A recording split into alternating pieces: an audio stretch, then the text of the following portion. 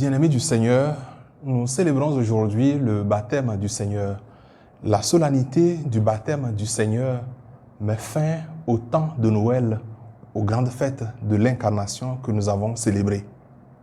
Et le jour de son baptême, comme l'évangile de ce jour nous le rappelle, Jésus descend dans le Jourdain, au milieu d'une foule de pécheurs, au milieu de pharisiens et collecteurs d'impôts impénitents, hypocrites et usuriers de toutes sortes, au milieu des âmes aux yeux malades et à l'intelligence infirme, Jésus descend pour recevoir son baptême. Une voix se fit entendre. « Tu es mon Fils bien-aimé, en toi je trouve ma joie. » La joie de Dieu, bien-aimé du Seigneur, c'est son amour pour nous. Dieu trouve sa joie en son Fils, parce qu'il est celui par qui s'accomplit la prophétie de l'amour de Dieu pour l'humanité. La pluie et la neige qui descendent des cieux n'y retournent pas sans avoir abreuvé la terre, sans l'avoir fécondée et l'avoir fait germer, donnant la semence au semeur et le pain à celui qui doit manger. Au début de son ministère public, Dieu intronise officiellement son Fils comme le serviteur de l'amour. À l'heure où Jésus purifie les eaux de notre renaissance spirituelle, le Père donne une approbation publique au geste d'amour de son Fils.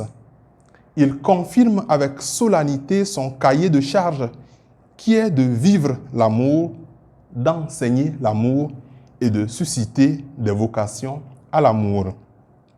Bien-aimés du Seigneur, dans les ruisseaux de larmes du Jourdain, Jésus s'immerge dans la condition concrète de l'homme et la femme pour soigner les causes profondes de l'instabilité de leur amour, les causes de l'endurcissement de leur cœur. La vocation de nos premiers parents, c'était de vivre en présence de Dieu comme ses enfants bien-aimés. Mais l'égoïsme les a conduits à vouloir être comme des dieux. Déchus de leur position, ils ont désormais le cœur partagé entre le bien qu'ils veulent faire et le mal qu'ils ne veulent pas faire. Il fallait donc qu'un émissaire de Dieu vienne. Il fallait qu'un divin médecin vienne dessiller les yeux de leur cœur et les réintroduire dans l'amour du Père. C'est Jésus qui accomplit cette mission. Il l'accomplit en prenant le chemin inverse de celui parcouru par Adam et Ève. Il a appris l'amour et l'obéissance avec Marie et Joseph. Alors que nos ancêtres sont passés de l'amour à l'infidélité, Jésus prend le chemin de la croissance dans l'amour afin de parfaire notre humanité dans l'amour. Nous aimer jusqu'à en mourir, continuer à nous aimer alors même que nous le crucifions, est le moyen pour lui de parfaire dans sa chair notre humanité et de nous régénérer humainement selon le cœur de Dieu.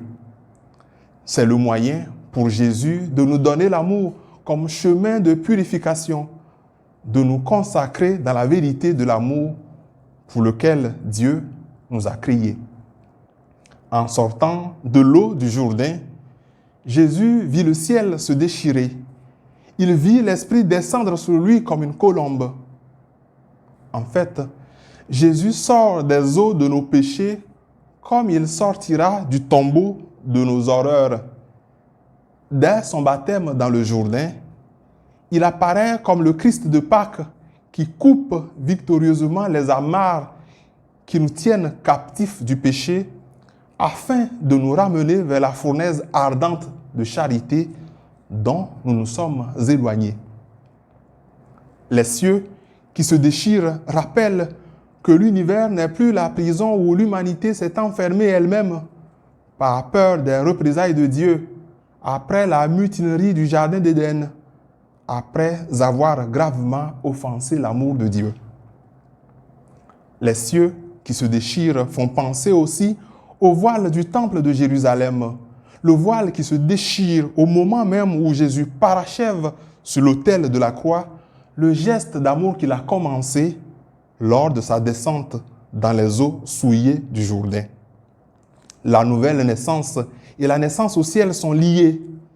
Elles sont liées comme le sont le baptême de Jésus et le mystère de Pâques.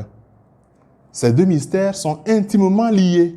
Elles sont liées dans notre foi. Et ce sont les deux derniers articles du Credo de Nicée.